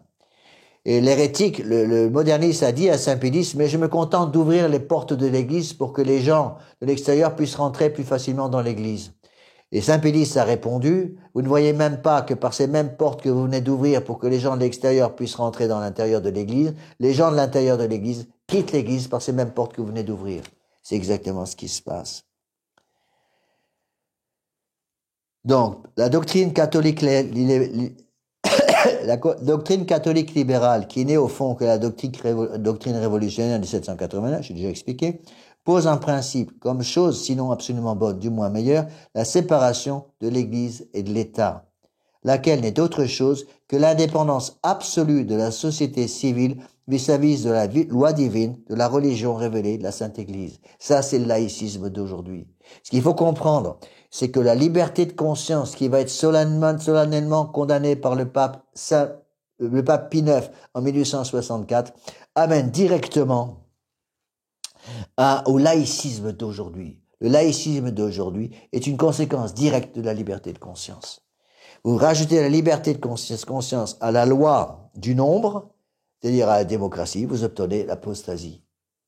Et c'est exactement ce qui se passe. On le voit très bien aujourd'hui. Le principe du libéralisme, c'est donner les mêmes droits aux vrais et aux faux. Si vous rajoutez à ce principe du libéralisme le principe démocratique qui consiste à fonder la vérité sur le nombre, vous rajoutez libéralisme et démocratie, vous obtenez l'apostasie, ce qu'on voit aujourd'hui. On se rend même plus compte que le laïcisme d'aujourd'hui a entraîné l'apostasie pratiquement complète de la France. Et c'est pour ça que la France est passée à moins de 2% ou 2,5% de pratiques religieuses dans l'Église catholique. En France, pourquoi? Parce que le laïcisme a détruit complètement l'idée que Dieu devait avoir quelque chose à dire en matière politique. Et c'est tout le règne social de notre Seigneur Jésus-Christ. Ça, c'est l'encyclique magnifique que je vous conseille beaucoup de lire. Vous pouvez préparer votre messe de dimanche prochain. Donc j'enregistre ce cours, on est le 26, je crois qu'on est le 26 octobre aujourd'hui. Dimanche prochain, c'est la fête du Christ roi. Lisez l'Encyclique Primas du pape Pie XI, 1925. Le pape explique très bien que notre Seigneur Jésus-Christ, il est roi par nature parce qu'il est créateur et par droit de conquête parce qu'il est rédempteur et qu'il veut être roi des cœurs, roi des intelligences, roi des volontés, roi des familles, roi de l'État. Notre Seigneur Jésus-Christ a quelque chose à dire, de sortir des inepties comme il faut que l'Église et l'État soient séparés parce que l'Église n'a rien à dire dans la matière publique, c'est de la folie. Les gens se rendent même plus compte, c'est de la folie parce que en fait, les hommes passent leur vie dans le domaine public. Donc si le domaine public n'arrête pas les éloignés de Dieu, comment voulez-vous qu'ils sauvent leurs âmes? Comment voulez-vous que des jeunes aujourd'hui qui sont exposés constamment à des inepties dans le monde moderne puissent sauver leur âme? C'est pratiquement impossible. Pourquoi le divorce était interdit au Moyen-Âge? Pourquoi l'idée même de divorce n'existait pas? Pour sauver les familles, pardi. Pourquoi l'idée même de pornographie n'existait pas au mariage? Pour sauver les familles, pour sauver les âmes. Comment voulez-vous qu'un enfant, un jeune puisse sauver son âme s'il est entouré de pornographie, de divorce, de théorie du genre, des mouvements LGBT, tous ces trucs-là, qui ne cherchent qu'à une seule chose, c'est à damner les gens. Le but de la révolution, c'est quoi? Quelle est la cause finale de la révolution? Faut pas oublier ça. La cause finale de la révolution, c'est la damnation des gens, puisque la cause efficiente de la révolution, c'est le démon. Et le démon va utiliser toute une série d'instruments, on appelle ça les causes instrumentales, dont une des principales est la franc-maçonnerie. Et une autre cause instrumentale essentielle de la révolution, c'est la faiblesse des bons. C'est quoi? La faiblesse des bons. C'est ce que disait Saint Pilice. Tout le royaume du démon consiste en la faiblesse des bons. Les bons qui auraient dû faire quelque chose et qui n'ont rien fait. Et c'est précisément parce que les catholiques n'ont rien fait en France depuis la fin du 19e siècle qu'on en est là où on en est. La fameuse thèse que je vous ai déjà citée, je pense, de Jules Ferry, qui le dit très bien. Qui dit très bien que si les catholiques s'étaient tous levés comme un seul homme contre les effets de la révolution n'a rien pu faire. Je vous ai déjà, je pense, donné cet exemple, je vous le redonne parce qu'il me vient à l'esprit maintenant. C'est un des exemples qui m'avait le plus frappé. J'ai habité aux États-Unis pendant très longtemps et entre autres, j'ai habité dans le Connecticut, près d'Hartford, qui est la capitale du Connecticut. C'est sur la côte est des États-Unis, en Nouvelle-Angleterre. Et à un moment, il y a eu une élection, un référendum dans le Connecticut pour savoir si on donnait les droits aux homosexuels dans l'état du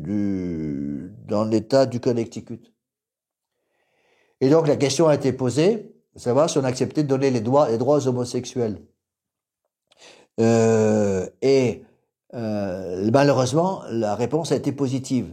Les droits homosexuels ont été reconnus. Eh bien, il y a eu une lettre publique publiée en première page du grand journal local d'Hartford, écrite par la franc-maçonnerie d'Hartford, qui disait: nous tenons à remercier les évêques catholiques qui ne sont pas intervenus dans ce débat, parce que si les évêques catholiques de l'État du Connecticut étaient intervenus contre la loi ne serait pas passée. La loi est passée grâce au silence des évêques. Et malheureusement, c'était vrai. Parce que Connecticut est un des rares États américains dans lesquels le catholicisme est très important. Il y a une grande proportion de catholiques en Nouvelle-Angleterre. Cette partie-là, surtout de Nouvelle-Angleterre, dans le Connecticut. Si les évêques avaient dit quelque chose contre la loi, elle ne serait jamais passée. C'est pareil en France aujourd'hui. Si tous les évêques s'étaient levés comme un seul homme contre le divorce, contre la pornographie, contre les droits des LGBT et contre les horreurs des théories du genre et tous ces machins-là, rien ne serait passé de tout cela. Je vous ai donné comme exemple, je crois la dernière fois, cette loi qui vient de passer en Californie avec des enfants de 10 ans qui ont maintenant le droit de demander un changement de sexe sans l'accord de leurs parents. Vous avez maintenant en Angleterre, en Irlande, aux États-Unis aussi, au Canada aussi, et ça arrive maintenant en France, des professeurs par exemple, ou des parents qui sont en prison parce qu'ils refusent le changement de sexe de leur enfant, de leur gamine de 8 ou 10 ans. Vous voyez? Et si tous les évêques s'étaient levés comme un seul homme contre ces choses-là n'auraient jamais pu passer. Malheureusement, on s'est tu. Et les évêques sont devenus ce qu'on a appelé des chiens muets. Les chiens muets, on a l'expression de l'Écriture sainte. Le chien muet, c'est le chien de garde qui est supposé aboyer quand le loup vient pour attaquer les brebis et qui, au lieu d'aboyer pour faire peur au loup et éloigner le loup et protéger les brebis, il ne dit rien, il se tait, alors le loup peut tranquillement rentrer dans le troupeau et croquer les agneaux. D'accord? Alors, reprenons un peu ces textes absolument essentiels. Je répète ce texte parce qu'il est absolument fondamental. La doctrine catholique libérale n'est au fond que la doctrine révolutionnaire de 1789, qui pose en principe comme chose sinon absolument bonne, du moins meilleure, la séparation de l'Église et de l'État, laquelle n'est autre chose que l'indépendance absolue de la société civile vis-à-vis de la loi divine, de la religion révélée et de la Sainte Église. Elle est une altération profonde de la doctrine catholique sur l'autorité au profit de la liberté, et c'est pour cela qu'on l'appelle libérale. Donc ça détruit le principe d'autorité. N'oubliez pas que l'intelligence, je vous l'ai déjà expliqué souvent, je ne reviens pas parce que j'ai expliqué ça au début de l'introduction, l'intelligence fonctionne avec des rouages. Ces rouages qu'on appelle les premiers principes. Un des plus importants, c'est le rouage du principe de causalité. Une chose ne peut pas arriver sans être causée. Bon. Et justement, on change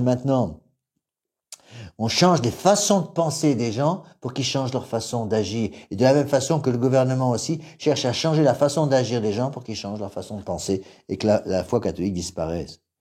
Rien n'enhardit autant l'audace des méchants que la faiblesse des bons. Bon. Si au contraire, les bons tenaient ferme, le jour, j'aime beaucoup cette expression de l'abbé Barbier, le jour où elle voudra dominer par la force, la révolution sera vaincue. Parce que la révolution provoque des martyrs. Et on voit très bien aujourd'hui que le démon a compris ça, et c'est pour ça qu'il n'y a plus de persécutions sanguinaires strictement parlant. Il y a des persécutions morales, c'est-à-dire mettre le péché, le vice à l'intérieur des âmes, à l'intérieur des intelligences, à l'intérieur des volontés, pour que les âmes ne puissent plus se protéger contre le démon. Donc c'est au prix de son sang que la France est devenue chrétienne. C'est au prix de son sang qu'elle est restée catholique, et c'est au prix de son sang qu'elle a gardé la foi. Soldat et martyr, le français ne comprend la lutte que sur le champ de bataille ou sur l'échafaud. La franc-maçonnerie le sait, si nous le savions, si nous le croyons comme elle, nous serions à la veille de vaincre. Rappelez-vous la formule qui est très vraie, c'est quand les bombes commencent à tomber que les Français, de façon instinctive, vont commencer à rechercher la porte du confessionnal. Mais tant que les bombes tombent pas, ils s'en fichent. On peut changer la phrase en disant, tant que la révolution ne touche pas au portefeuille particulier des Français, ils ne s'occupent pas de leur âme. Et quand on commence à s'occuper, à prendre l'argent dans le portefeuille, ils commencent à paniquer. Et c'est exactement ce qui se passe aujourd'hui. Tant que le Français moyen peut sauver son mois de congé payé annuel et son cinéma, son grand écran cinématographique, la télévision cinéma dans la maison, et qui peut s'éclater tranquillement le vendredi soir ou le samedi soir en boîte de nuit, il bouge pas. Il s'occupe pas de son âme. Mais le jour où les bombes tomberont, il se rappellera peut-être qu'il a une âme à sauver. Combien de fois j'ai vu ça dans les hôpitaux. Des jeunes qui ont vécu comme des bandits complets, puis ils tombent gravement malades parce qu'ils ont un accident de moto, un accident de voiture, et ils sont en train de mourir à l'hôpital. Et à ce moment, d'un seul coup, ils se rendent compte qu'ils ont une âme. C'était la constatation, je vous en ai souvent parlé, c'est une chose qui m'a beaucoup frappé dans la lecture de ces textes, c'est la constatation des aumôniers, surtout de la Première Guerre mondiale. C'était des boucheries épouvantables, la Première Guerre mondiale, deuxième aussi, mais peut-être encore plus la Première Guerre mondiale. Et les aumôniers militaires qui étaient au premier rang, le curé Sakodo avait voulu la Révolution française, ces aumôniers militaires ont dit, il est absolument ahurissant de penser à ces dizaines de milliers de jeunes qui ont sauvé leur âme grâce à la guerre. Parce que grâce à la guerre, ils sont confessés avant de mourir comme des mouches sur le terrain, sur les champs de bataille. Ils se confessaient tous avant de partir parce qu'ils savaient qu'ils avaient 9 chances sur 100 de ne pas revenir vivants. Et ils ont tous confessé avant. Les aumôniers passaient dans les tranchées, donnaient l'absolution à tout le monde et exhortaient les gens à regretter leurs péchés. Beaucoup de jeunes sont morts en état de grâce à la guerre. Ce qui ne veut pas dire que la guerre était une bonne chose, surtout la guerre de 14-18, la guerre de 39-45, où les gens sont morts littéralement pour rien. Donc, le droit commun serait donc pour l'Église, d'après les modernes, la formule moderne de sa liberté. Non. Donc, la tâche des conciliateurs entre l'Église et la Révolution, ce qu'on appelle les catholiques libéraux, est donc de prouver aux libéraux de l'école de 1889 que le catholicisme n'a rien d'incompatible avec la liberté, et aux catholiques que la liberté suffit à tous les besoins de la religion. C'est pour cela que vont se dresser à ce moment, autour des années 1830, en France, des prêtres qui vont avoir cette idée saugrenue de baptiser les principes de la Révolution et les principes de l'Évangile. C'est surtout le travail de Lamennais.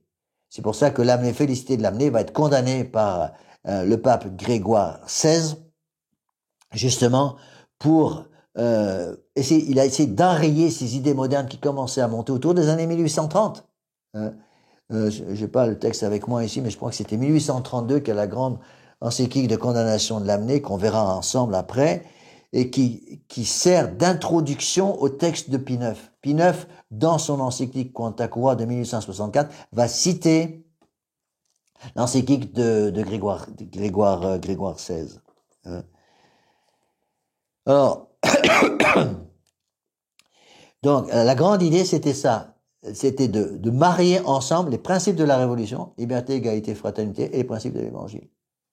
Et de marier ensemble les principes de la Révolution, liberté, égalité, fraternité, et les principes de l'Évangile, ça donnait quoi? Ben, ça donnait Vatican II. Vatican II, c'est le fruit d'un mariage contre la raison, entre les principes de l'Évangile, pauvreté, chasteté, obéissance, ce qu'on appelle si vous voulez, les vertus de base du religieux, mais aussi du catholique, les conseils évangéliques, et les vertus de la Révolution, liberté, égalité, fraternité. C'est incompatible. Les gens modernes ne le voient pas. Monseigneur Lefebvre avait une belle expression, il disait, lorsqu'on marie ensemble des gens qui ne sont pas supposés être mariés ensemble, au lieu d'avoir des enfants, on obtient des bâtards. Ben, le bâtard de l'alliance contre nature, de la Révolution avec l'Église catholique, ça a donné le libéralisme catholique. Le libéralisme catholique, c'est-à-dire liberté, je fais ce que je veux, et catholicisme, tout en portant la croix de notre Seigneur. C'est pas possible. On voit très bien que c'est impossible. Notre Seigneur Jésus-Christ n'a jamais prêché la liberté de faire ce qu'on veut. Qu'est-ce qu'il a dit? Notre Seigneur Jésus-Christ, il résume tout dans une phrase, celui qui va venir après moi, qu'il prenne sa croix, et qu'il se renonce à lui-même, et qu'il me suive.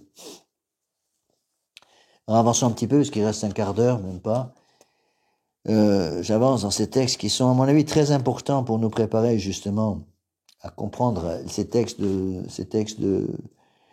pape Pie IX. Le droit commun, donc dans l'état actuel de la société en France, implique forcément la souveraineté de l'État. Non pas sa souveraineté civile temporelle qui n'est point en cause, mais sa souveraineté sur l'Église, à laquelle il dénie non seulement tout caractère surnaturel et divin, mais toute indépendance, puisqu'elle n'est plus qu'une société comme les autres, soumise quant à son existence même aux lois même de l'État.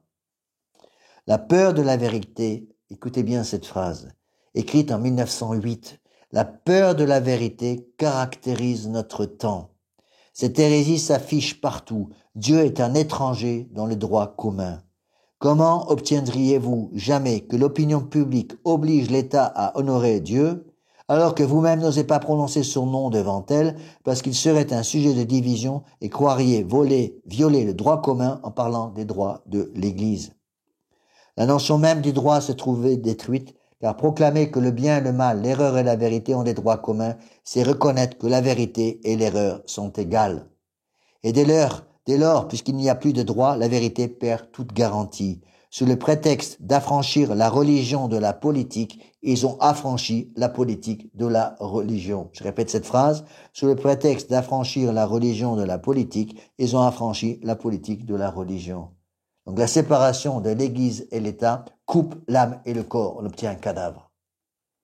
Et ce qui fait qu'en matière de moralité, le gouvernement français, la République française, refuse d'avoir la moindre moralité. Pourquoi? C'est pour ça qu'on arrive les gens nous disent, mais monsieur l'abbé, comment se fait-il qu'on tombe aussi bas?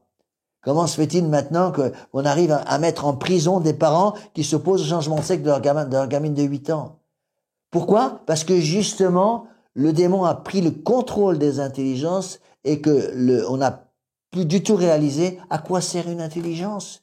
Notre intelligence a pour objet formel le vrai. Dieu nous donne le pouvoir de connaître savoir où est le vrai par notre intelligence, puis de l'atteindre par la volonté. Or, le gouvernement français, qu'est-ce qu'il dit? Le gouvernement français nous dit que le vrai n'existe pas, puisqu'à chacun sa vérité. Si à chacun sa vérité, si on donne les mêmes droits au vrai et au faux, si je donne le même droit à la bonne mère de famille et à la prostituée du coin, ça veut dire quoi? Ça veut dire que je mets la prostituée et la mère de famille au même niveau? Je donne le même droit à la mère de famille qui élève courageusement ses enfants et à la jeune fille qui en a son 4e avortement, je mets l'assassinat des enfants et l'éducation chrétienne des enfants au même niveau. Ouais, c'est ça qu'il faut arriver à comprendre. Et c'est ça qui a tué la société moderne. La société moderne est morte de ça. Alors avant, on voit très bien, jusqu'en 1958, on voit très bien dans tous les textes qu'on va étudier après, jusqu'en 1958, qu'est-ce qui s'est passé? Jusqu'en 1958, mort du pape Pie XII, c'était clair et net, l'Église catholique dans son intégralité faisait barrage. Tous les évêques faisaient barrage. Ils faisaient barrage contre toutes ces idées modernes. Malheureusement, 1958, mort du pape Pie XII, arrivée de Roncalli, arrivée de Jean XXIII, et qu'est-ce qu'a fait Jean XXIII? Il a ouvert toutes les portes. Il a ouvert toutes les vannes du barrage, parce qu'il a dit, on n'est plus dans le temps des chiens policiers terminé dans l'église. On ne veut plus d'avoir d'obligation, chacun est libre de faire ce qu'il veut, parce que on donne la liberté aux gens, et les gens vont tomber amoureux de leur liberté, et vont utiliser leur liberté pour faire le bien. Tu parles. Roncalli avait oublié un seul petit détail, c'est qu'il y a le péché originel. Et c'est le péché original qui fausse tout. S'il n'y avait pas le péché original, je suis d'accord qu'il faut la liberté pour tout le monde. Mais si le péché original existe, le péché original va vicier l'intelligence, vicier la volonté, vicier le concupiscide, vicier l'irascible. C'est-à-dire les moyens de défense que nous avons donnés par Dieu, ce qu'on appelle des puissances de notre âme, l'intelligence, la volonté, l'irascible et le concupiscible, ces 4 puissances sont tellement viciées par le péché original que même après le baptême qui pourtant enlève le péché original, il reste des conséquences. Il va rester l'ignorance, la malice, la faiblesse et la concupiscence. Alors, s'il n'y a pas le péché original, très bien, donnez la liberté à tout le monde. Si tout le monde était immaculé conception, si toutes les jeunes filles étaient comme Notre-Dame et tous les hommes étaient comme notre Seigneur Jésus-Christ, pas de problème, donnez la liberté à tout le monde. Mais comme le péché est là, comme le péché originel est là, comme malheureusement, même après le baptême, il y a les conséquences du péché originel, eh bien, l'homme a naturellement la tendance à aller dans le sens du démon. C'est ce qu'on voit aujourd'hui.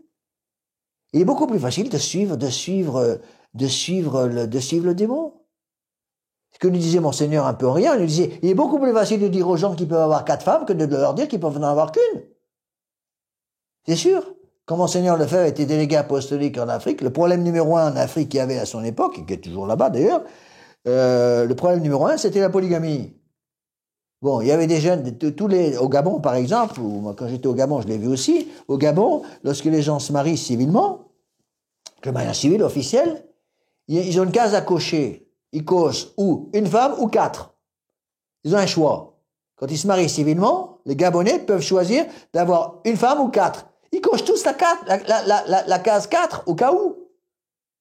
Et même nos catholiques ont parfois la tendance de cocher la case au cas où. On leur dit, si vous cochez la case 4, moi je vous donne pas l'absolution et je vous marie pas parce que vous n'avez pas l'intention de garder la fidélité à votre épouse. Vous n'avez pas le droit de cocher la case numéro 4.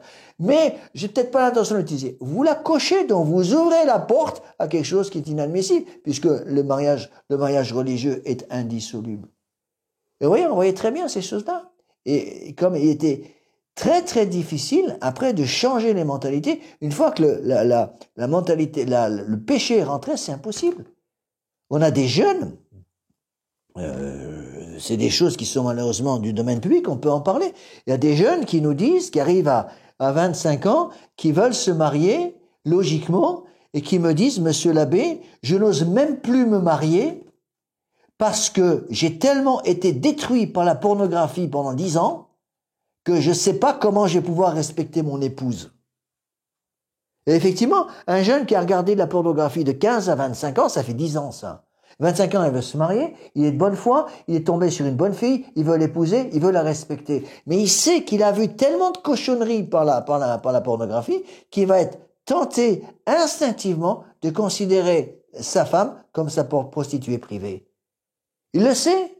Et la jeune fille, elle le sait aussi, parce que s'ils ont été honnêtes, je lui dis, il faut vous en parler avec elle, pour qu'elle le sache, qu'elle sache que vous avez eu ces problèmes de pornographie, pour pouvoir vous en protéger, justement. Et ouais, le problème, c'est qu'ils peuvent se confesser, mais les racines, elles restent. Les racines restent, et c'est comme ça pour tout. Vous voyez, et le démon le sait, le démon a parfaitement compris toutes ces choses-là. Le démon a compris que mettez le vice dans les cœurs et les cœurs seront inconvertissables.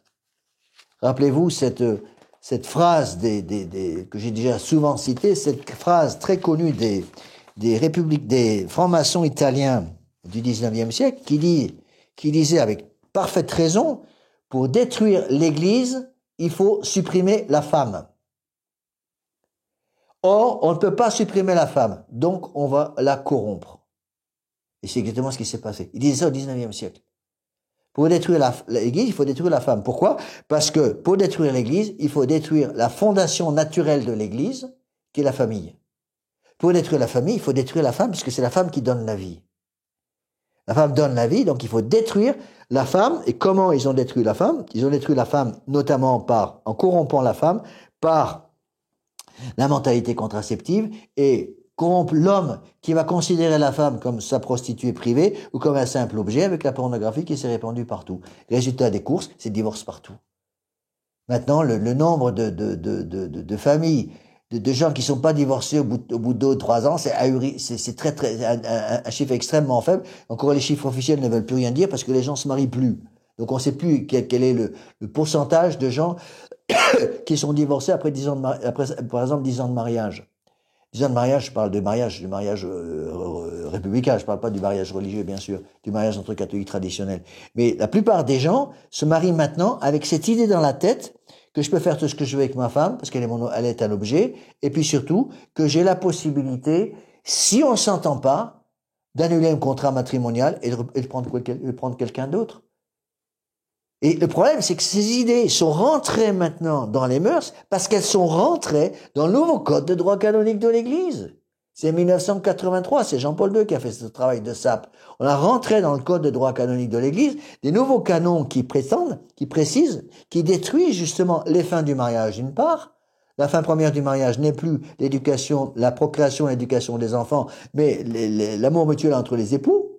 Et deuxièmement, on va introduire l'idée que un mariage, ça peut s'annuler. C'est ce qu'on appelle les annulations de mariage, qui se chiffrent maintenant non pas par milliers, mais par dizaines de milliers, notamment aux États-Unis. Parce que n'importe qui peut dire qu'il manquait, d'après le nouveau code de droit canonique, n'importe qui déclare qu'il manquait de maturité au moment de son mariage peut demander une annulation de mariage.